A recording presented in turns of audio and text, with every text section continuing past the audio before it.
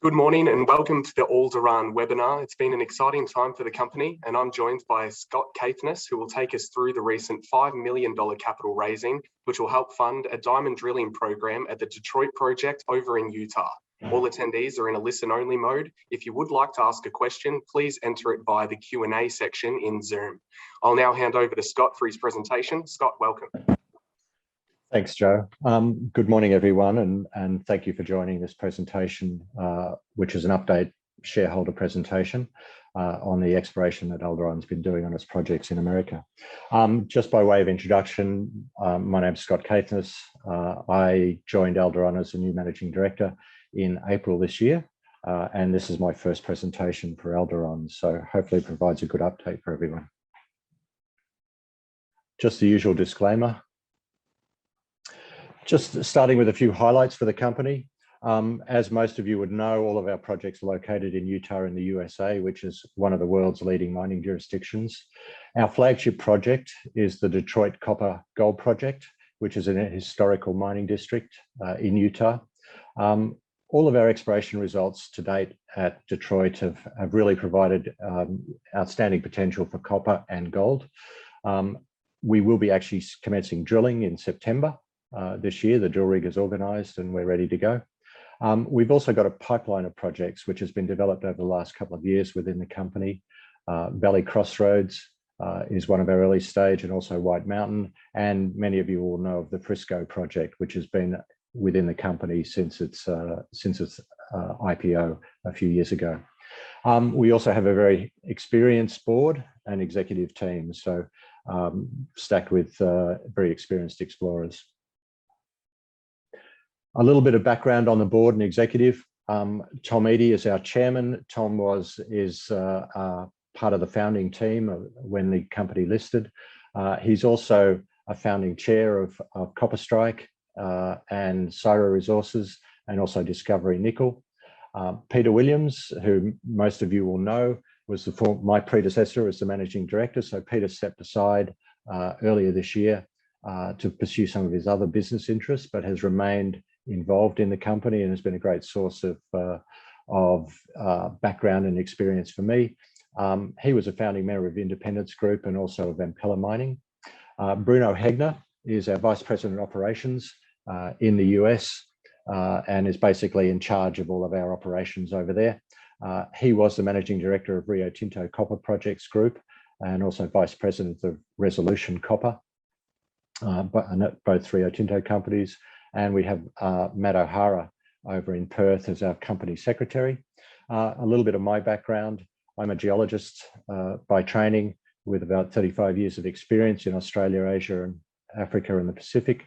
I started my career with Rio Tinto, spent nearly the first 20 years working for Rio, exploring in Australia, Papua New Guinea, India, and other parts of Asia. And my most recent role is actually as Director of Exploration for the Vedanta Group in India, where we were exploring for base metals throughout India and also in South Africa, Namibia, and also in Australia. In terms of our projects, as I mentioned, we're in Utah, which is a Tier 1 mining jurisdiction. It was ranked 4th on the Fraser Institute 2020 rankings of policy perception. We've got excellent access to infrastructure. Our major copper and mining, we are in major copper and gold mining districts in Utah and also neighboring Nevada. Our projects are Detroit, Frisco, White Mountain, and Valley Crossroads that you can see on there. Some of the major mining districts in our state is obviously the Bingham district up to the north, which is in a parallel belt to the belt that's our Detroit project is in. That's a major copper and gold mining district for Rio Tinto. And then over in neighboring Nevada, we've got the Carlin Trend and also the Battle Mountain gold and copper trends. All of these districts have world-class gold and copper mining operations. And we believe in particular that our Detroit project has potential for the styles of mineralization that occur in each of these districts. So we believe that it's got potential for porphyry copper, molybdenum and gold deposits, distal disseminated gold, skarn copper gold, and carbonate replacement. I'll move on to the Detroit project and talk a little bit about it, which is our headline project, as I mentioned before. Just to give you an overview to start with, Detroit was a gold, copper and manganese mining district dating back from the 1890s. So it's a historical district. I've got on there the major mining operations that existed in the district, but there are over 30 mining operations that have actually gone on in the district within our license area. There's certainly potential to host gold and porphyry copper deposits. And one of the critical things that Alderan has done is we've consolidated the district. And that's the first time that's happened in over 100 years. So our tenement holding is one contiguous block, which we've secured through doing a lot of option agreements with the original owners, and I'll talk about that in the next slide. Critically, in terms of our license area, we know that, for example, the Mispah deposit is a digital disseminated gold deposit. That was extensively explored back in the 1980s, basically for an oxide gold resource, and with over 200 drill holes drilled into it. And we've just done some reassessment of all those drill holes. Obviously, they're not compliant with today's codes, but 40 of those drill holes ended in significant gold mineralization. So 40 ended in grades that were collected at the time of greater than 0.5 gram per ton gold. And of those 40, 22 were greater than 1 gram per ton gold at the end of the hole. Alderan drilled 6 holes as part of a drilling program, actually 7 holes as part of a drilling program late last year and early this year. And hole 6, which was drilled about 350 meters away from the historical drilling at Mispah, we intersected 83 meters at 0.41 gold, which included nearly 7 meters at 2 grams per ton gold. So we intersected gold in each of our holes that we drilled at Mispah. 2 holes were actually drilled into the area of historical drilling, and a couple of holes were drilled to test peripheral targets, even further away than hole number 6. So what we know about Mispah is some of the holes, historical holes, ended in significant grades of mineralization. The deposit is open to the west. It's also open to the north and to the south. We've also identified a significant IP chargeability anomaly, which lies dominantly to the southwest, but also links into the main porphyry target, which you can see there in the center, where the mineral-related intrusive rocks have been mapped. Post-consolidation of the area, Alderan has carried out, obviously, data compilation, rock stream and soil sampling, ground magnetics and induced polarization IP geophysical surveys. We've also done more recently some petrology work, which I'll talk about as well. So I'll take you through the steps that we've carried out in terms of our exploration. And also, as I mentioned before, our next step is drilling. Just explaining a little bit about the ground consolidation. We now control nearly 25 square kilometers through a series of options. As you can see, it's quite a complex picture in terms of tenement ownership. And basically, we've spent nearly a year. Our operations team, our operations head, Bruno Hegner, has spent a year pretty much putting this together for us. What it's enabled us to do is basically consolidate the area, and now we're able to carry out the first modern exploration over the entire district by one company. Previously, companies have had bits and pieces, but never the entire picture. The first stage of work that Alderan undertook on the prospect was copper and gold, looking for copper and gold in stream and rock chip samples. On the left-hand side, we've got the copper results, both in terms of the stream geochemistry and also in terms of the rock chips. And on the right-hand side, we've got gold. The critical things that you can see is obviously the hot colors in terms of the streams are the anomalous catchments. So you can see up around the Copperhead area and extending further to the east, we've got very good grades and highly anomalous copper in streams. And similarly down in the south around the EPH mine, and again, extending further to the east, just to the south of the Mispah prospect. In terms of the copper grades from our rock chip samples, the maximum was 3.21% that we got up at Copperhead. And you can see that we've got quite a number as the name implies, we've got a number of anomalous copper results ranging between 1 and 3% at Copperhead, and then similarly down at the EPH mine. And then we've also got some elevated samples in the headwaters of the catchment there, just above EPH mine. In terms of the gold, again, the area around Copperhead and extending further to the east, we've got very anomalous gold in catchments. And as you would expect around Mispar area, we've got very anomalous gold in catchments again. Our best gold grade in terms of the rock chip samples was 9 grams per tonne that we got at Copperhead. We also got nearly 7 grams per tonne at Mispar.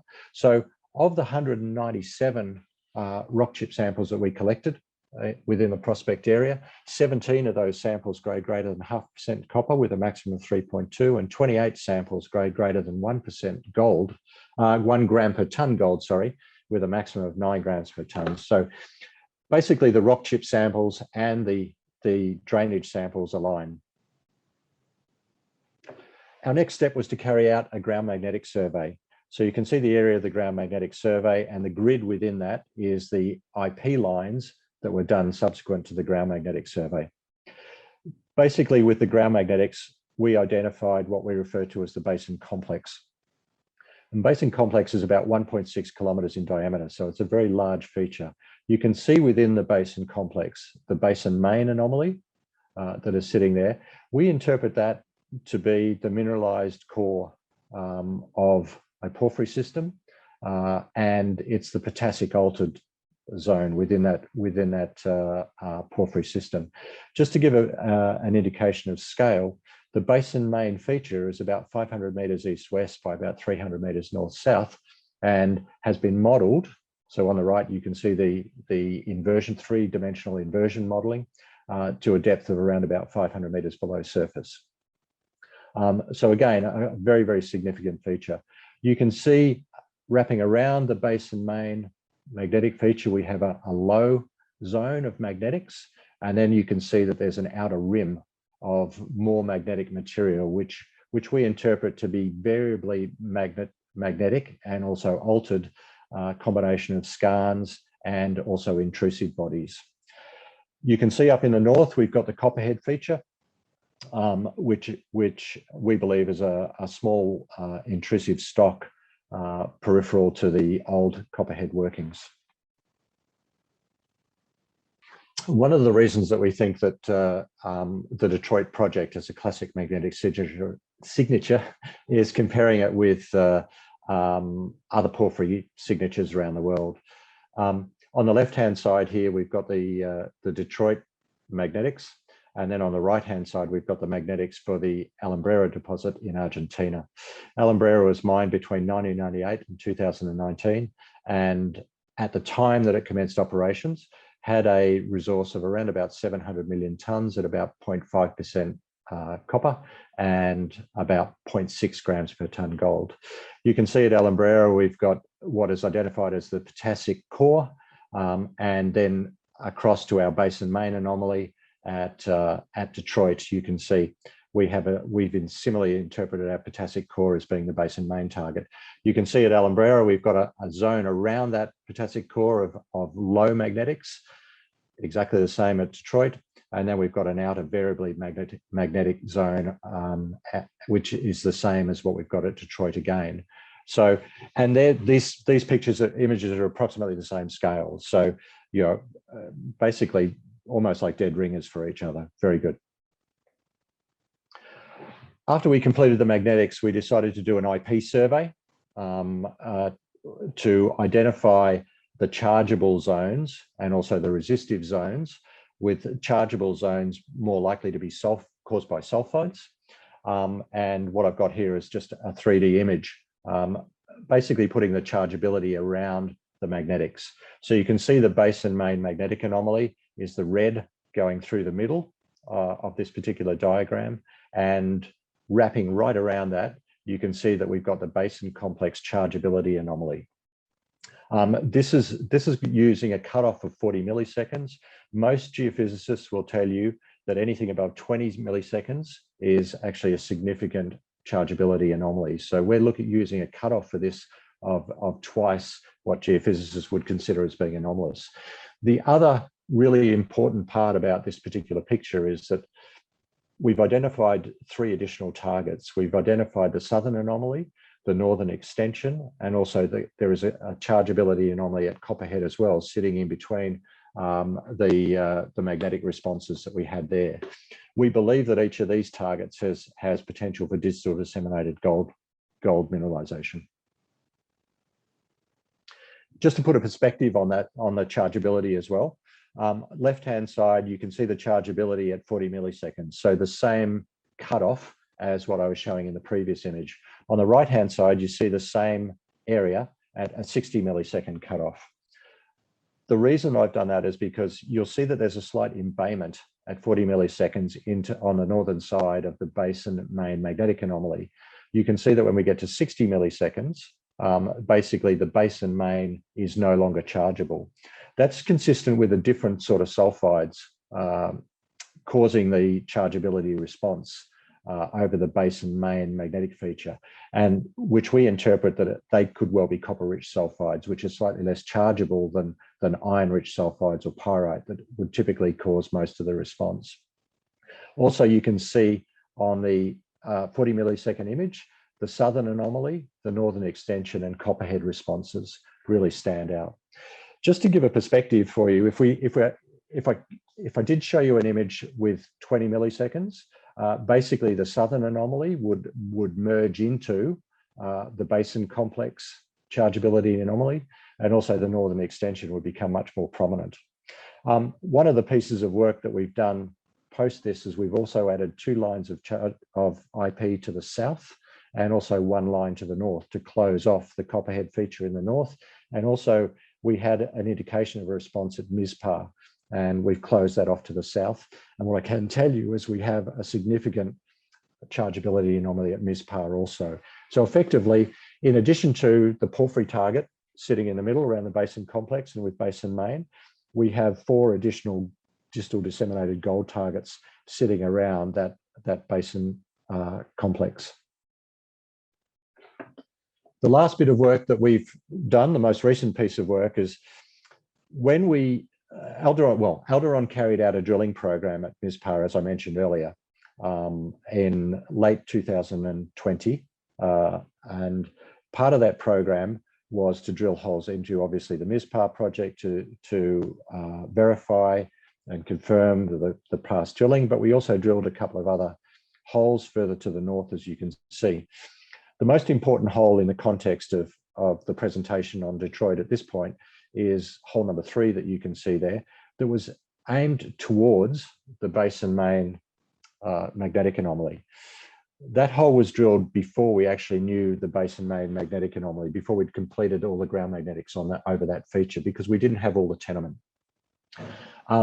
So what we've done is we've gone back to that hole, we've collected 11 petrology samples down that hole, and they've been examined under a microscope.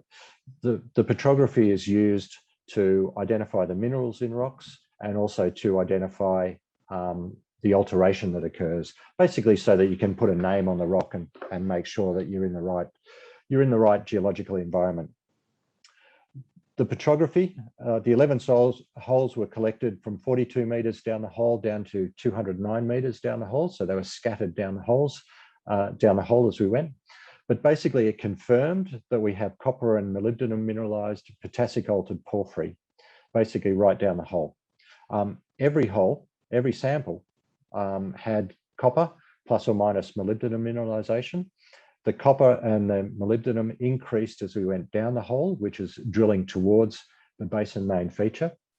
And the intensity of alteration increased as we went down the hole as well. Now, to give a perspective, as I mentioned before, that feature is about 500 meters long by about 300 meters wide and goes to a depth of about 500 meters as modeled. That hole probably drilled into the side of that model by about 10 meters. So really it's a pinprick in the side of quite a large feature. So it's basically indicated that we were drilling in the right direction. We just didn't drill far enough with that particular hole.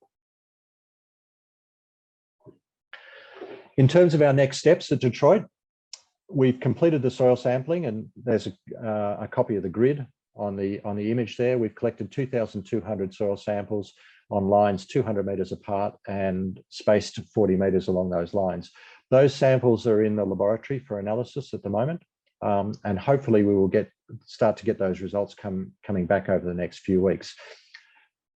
Those results are not critical in terms of our drill hole design and our drill hole program, but they may help us to prioritise and may actually identify some additional targets, particularly for distal disseminated gold. We are trialling a new technology with those soil samples. There's a technology that's been developed out of Western Australia, which gives you a reading. It's not an assay as such, it gives you a reading which is relative to the assays. But because we haven't got the assays back at this particular point in time, we don't know what those relativities are. Basically, once we get the assays back, then we will be able to determine whether the detector technology is working appropriately and whether it's picking up what we would consider to be anomalous readings. What I can say about detector up until now is that we do have a significant range in the results that we have. So we are expecting that it will be identifying anomalous areas within the soils, but we don't know that. It's not yet confirmed. As I mentioned, we've also extended the IP by 3 lines, and I have confirmed that we have a target down to the southeast of Mizpah. Interestingly, that target, the historical drilling that was done at Mizpah, only enters that target by about 100 metres. So we've got about 300 to 400 metres of that target that sits largely outside the area it was drilled in the past. And as I mentioned before, hole number 6 was drilled about 300 metres to the opposite direction. So Mizpah is looking like a target that extends for close to 1 kilometre in terms of its potential. We're in the process of permitting for 25 drill holes. That process is well underway. It would typically take about 30 days. So we're expecting the permitting to be completed in the next 1 to 2 weeks ahead of drilling. Again, we're in the process of finalising the prioritisation of our drill holes, but we should have that done next week. If the permitting doesn't come through in the time frame that we expect it to, we are able to commence our drilling program on time because we will be drilling from a couple of historical pads that we've used in the past. So it's not such an issue for us. The drill rig is booked. We've got Major Drilling, which is one of the world's leading drilling companies. We're expecting the rig to be on site in the first week of September. Our first phase of drilling will be 10 holes and approximately 2,500 metres. So just in summary on Detroit, we're basically carrying out the first district-wide modern exploration over this particular area. We've completed our stream, rock and soil sampling, our magnetics and our IP geophysics. All the work to date indicates that we've got strong potential for a copper, gold and molybdenum mineralised porphyry. It also indicates that we've got potential for distal disseminated, skarn, intrusive and structure-related copper and gold deposits. We've got 1 copper project and we've got 4 additional distal disseminated gold targets identified. And that's at this stage. There will be further targets that will come from the work because we've basically got pretty much an entire porphyry intrusive complex. And drill hole permitting is underway and we're expecting to commence in the first week of September. Just in terms and touching on our other projects, Frisco, many of you will be familiar with Frisco. It has potential for porphyry, skarn and breccia related copper mineralization, copper deposits. This was a project that was farmed out to Rio Tinto, where they're earning a 70% interest through expenditure of $30 million over a 10-year period. They basically commenced their exploration. Their exploration has been focused on breccia pipe copper deposits at Cactus and Skarn, and Accrington, where there's skarn mineralization. That's where a lot of historical exploration has been done in the past, including some of Alderan's exploration before it was farmed out. Look, some of the intersections that have come out of the work there Rio's intersected 41 metres at nearly 2% copper and 0.62 grams per tonne gold with silver and moly credits as well. At Cactus and at Accrington, they intersected 34 metres at 1% copper with a 0.14 gold credit plus a little bit of silver. So those results are similar to what has been drilled in the past. And Rio's now, after confirming that, Rio's now switched its focus to the big picture Rio Tinto scale target, and they've carried out a drone aeromagnetic survey over the area. We're expecting to see the results from that in the next couple of months. And once those results are integrated into their exploration work, they will look at identifying targets ahead of a decision on further drilling. So we're very pleased to have Rio Tinto in there as a partner for us. Obviously, if they're successful with finding a Rio Tinto scale target deposit in there, then that would be absolutely outstanding, obviously for Rio and for us. Our two additional projects, Valley Crossroads and White Mountain, are relatively early stage for us at this point. Valley Crossroads we see as having strong potential for copper gold skarn deposits. You can see the area there where there's a number of old mines going from OK in the north down to Sunrise in the south, which is Tamara ground. We have a lot of the Tamara's exploration ground under option agreement, and we're looking for down dip extensions of deposits on the Tamara tenement. So we have completed aeromagnetics, rock chip sampling, and we also drilled a few holes in the Black Rock prospect up in the north. We didn't have any joy in that drilling. And our next step is to go back, reprocess the aeromagnetic data that we collected and integrate all the other exploration data to identify targets for further drill testing.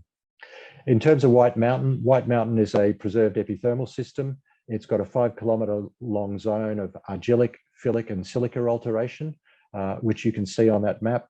And it's also got a major structure called the Brimstone Fault running through the centre of the tenement area.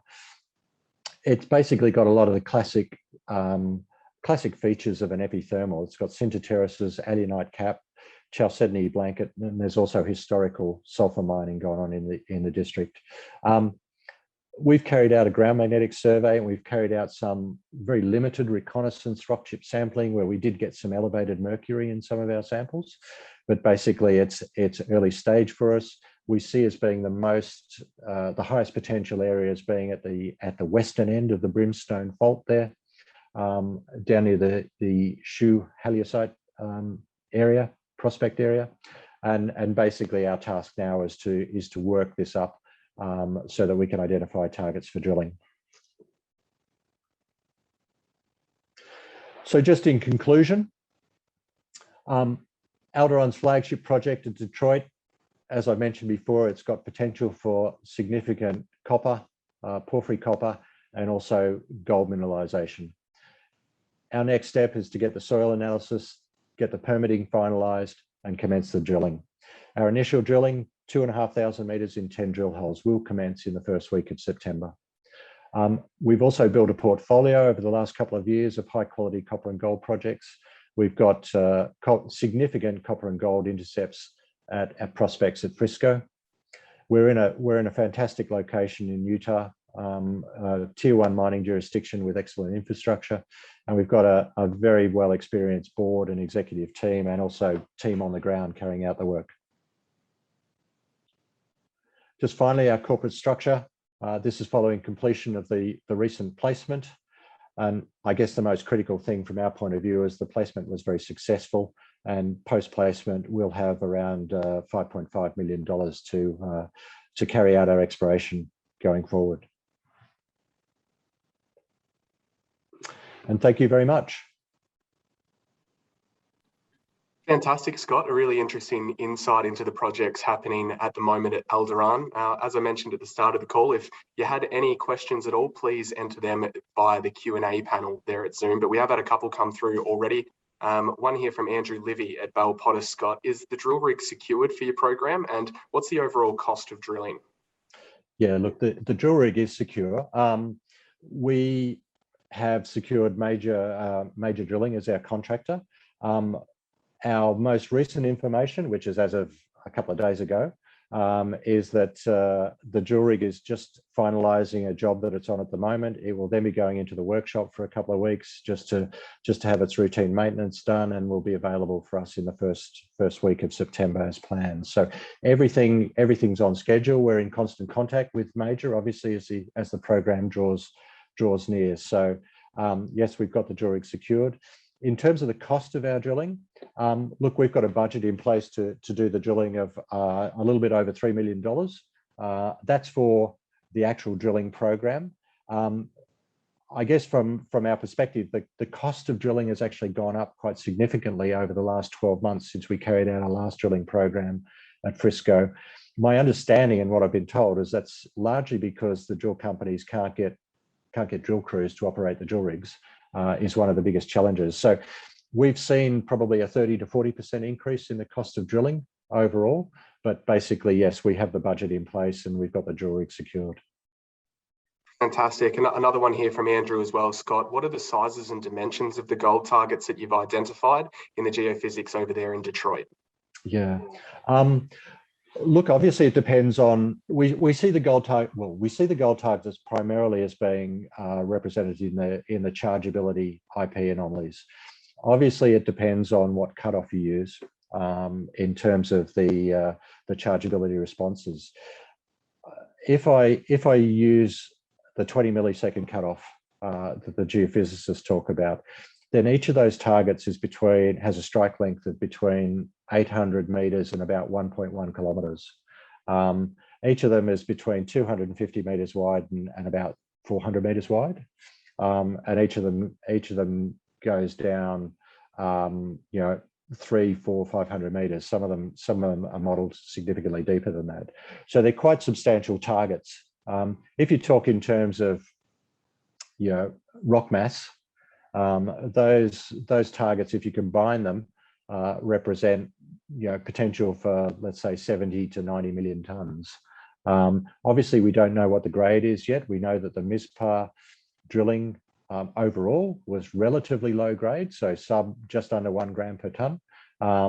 But we also know that we've got some high grade in some of those holes, historical holes, and we also know that we've collected rock chip samples at surface that go anything up to 9 grams per ton. And we know some of the historical sampling done by companies like Freeport, also by the USGS, had significantly higher grades in some areas. So grades the big unknown, but they are significant targets for us that if they did have grades of 1 gram plus, for example, then we could be talking multi-million ounce potential. Sounds like some significant potential there, Scott. Another question here from Andrew Willis at Ascena Wealth. Is there any other project opportunities that Alderan is searching for at the moment? Look, I think as a company, we're always on the lookout. You've seen, and I've explained how the portfolio has increased significantly over the last couple of years, which was largely under Peter Williams' guidance. And look, we will look at continuing to expand the portfolio. I think as a junior company, you're always conscious of the risk involved in mineral exploration and the need to constantly look at upgrading your portfolio and introducing new projects and turning over projects that aren't successful for you. So yes, we have our eye on a few targets, and it's a question of whether we can secure those going forward. Fantastic. Well, that brings us to the end of the Q&A section. There are no further questions at this time. So Scott, I'll just hand it back over to you for closing remarks. Sure. Well, look, thank you all very much for attending today. And I'm very excited about the opportunity at Alderan and the drilling that we're about to undertake. I think we've got excellent potential for discovery, and it'll be interesting to see over the next couple of months. We should see significant news flow going forward as we drill our projects. And again, thank you all very much for attending.